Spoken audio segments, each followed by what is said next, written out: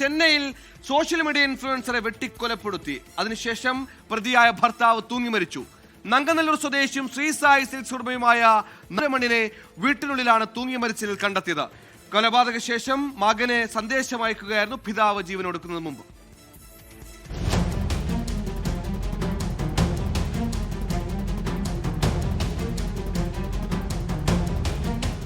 കഴിഞ്ഞ ദിവസമാണ് സംഭവം.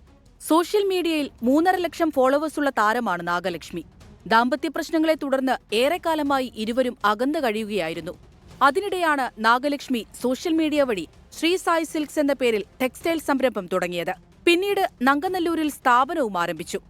മധുരയിൽ ബന്ധുവിനൊപ്പം താമസിച്ചിരുന്ന സുബ്രഹ്മണ്യൻ അടുത്തിടെയാണ് ചെന്നൈയിൽ തിരികെ എത്തിയത്. നാഗലക്ഷ്മിയുമായി ഒരുമിച്ച് ജീവിക്കാൻ താൽപര്യവും പ്രകടിപ്പിച്ചു. എന്നാൽ നാഗലക്ഷ്മി അതിന് തയ്യാറായില്ല. തുടർന്നുണ്ടായ തർക്കമാണ് കൊലപാതകത്തിലേക്കും ആത്മഹത്യയിലേക്കും നയിച്ചത് എന്നാണ് പോലീസ് പറയുന്നത്.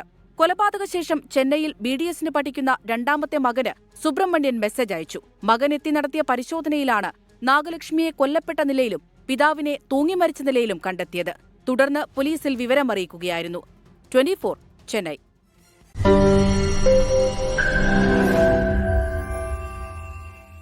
ലോകത്തെവിടെയായാലും ഏത് സമയത്തും 24 വാർത്തകളും ഓഗ്മെന്റഡ് റിയാലിറ്റി പാക്കേജുകളും എക്സ്പ്ലെയിനറുകളും വിശദമായി കാണാൻ ഞങ്ങളുടെ YouTube ചാനൽ നിങ്ങൾക്ക് സബ്സ്ക്രൈബ് ചെയ്യാം.